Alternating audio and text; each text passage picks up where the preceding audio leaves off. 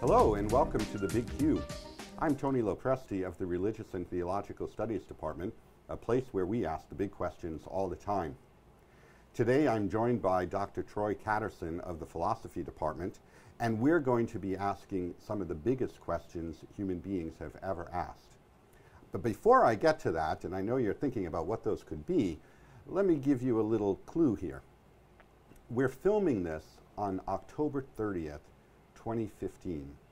And this is only 3 days away from the holiday known in the Roman Catholic Church as All Souls Day, sometimes also referred to as the Day of the Dead.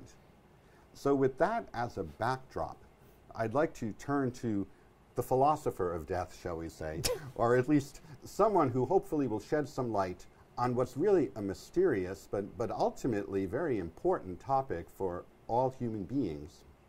And that is, what happens after we die?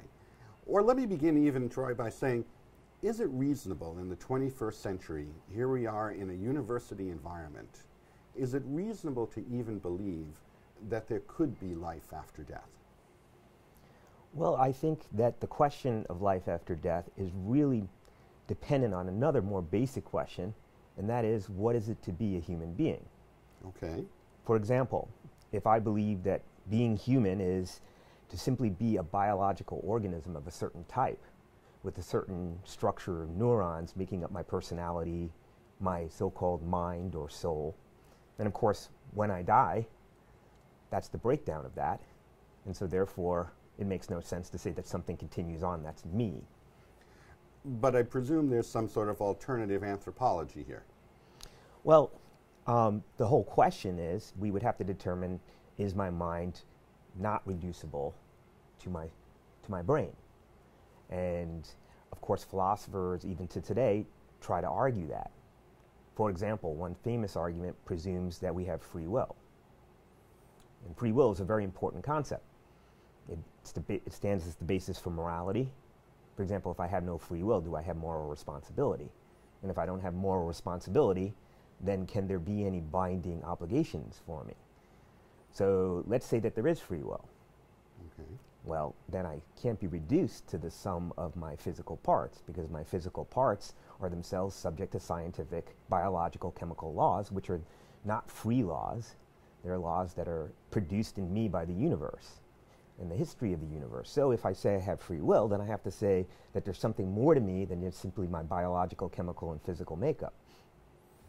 Okay, so that freedom is not just an organic, biological characteristic of the human beings, but it almost presupposes that there's something more than the sum of our biological parts. Yeah, because scientific laws make predictions about what's going to occur if something else occurs. These predictions are 100%, or they're not laws. Well, if I'm free, then I come to a nexus point, I come to a decision point, and supposedly I could either do one thing or the other. And so therefore, what I do is not causally determined by what has happened before in the history of the world. Okay, so let's say we begin with this notion that we have free will, which of course is debatable, but let's begin with the idea that we do have free will.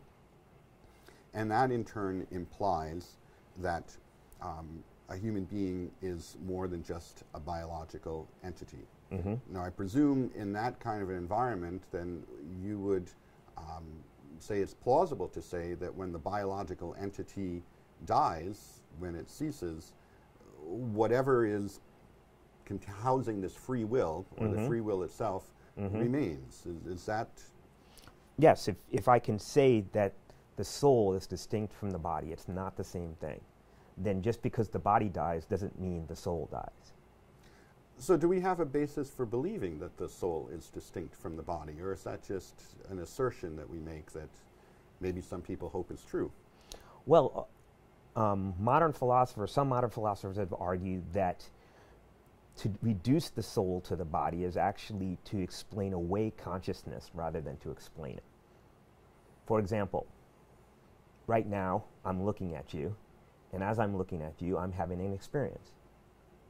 And that experience has an insight, a feel to it, a what's it like to be Troy. Okay.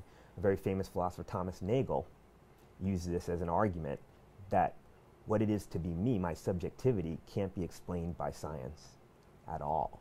Because science is always concerned with not what it's like to be something, but what is something regardless of the subjective standpoint. So science must always reduce consciousness to something that is not consciousness. So if we have a soul, or we are in part our souls, Mm-hmm. And we experience biological death, can we speak at all to the question of what then happens when we die, or do we then move entirely into the speculative realm? Well, yeah, that's a good question, because it depends on whether we can have contact with the dead. In other words, say we determine that it is possible that the soul survives. Then we would have to also determine what would count as contact with something that doesn't have a body but is intelligent. And there you get into the whole realm of parapsychology. In other words, are there ways to determine or to communicate with the dead? Because obviously none of us have been there. So speaking as a highly educated philosopher, Mm-hmm. do you think this parapsychological world has a basis? I really can't say. I don't know, because I haven't done a study in that area. Of course, plenty of smart people do believe that, but just because you're smart and you believe something doesn't mean it's true. Fair enough, fair enough. So what we would have to say that the only way, I think what you're saying, the only way we would know what happens after we die is if somehow we could have communication with those souls that have gone before us, Right. who could then reveal it. Yeah. And there we would have to rely on some type of empirical evidence. And then the question would be, what would determine whether that empirical evidence is actually evidence of speaking to a dead person or experiencing a dead person? And of course, what we would have to do if we're looking at this from a scientific or philosophical point of view is we would deal with it like any other theory. We would say, what's the best explanation for what we've experienced? Right, and of course there are people out there who do claim to have contact with another world, but it's sometimes difficult to ascertain, is that completely the truth, or is there some wishful thinking built into that, or is there some delusion? That's one of those areas that's just very difficult to put your finger on. But you have helped us a great deal today, I think, to take a more philosophical approach to the question, one which so many people would like to know the answer to. I have a feeling that most of us are going to have to wait a little while until we actually get an answer.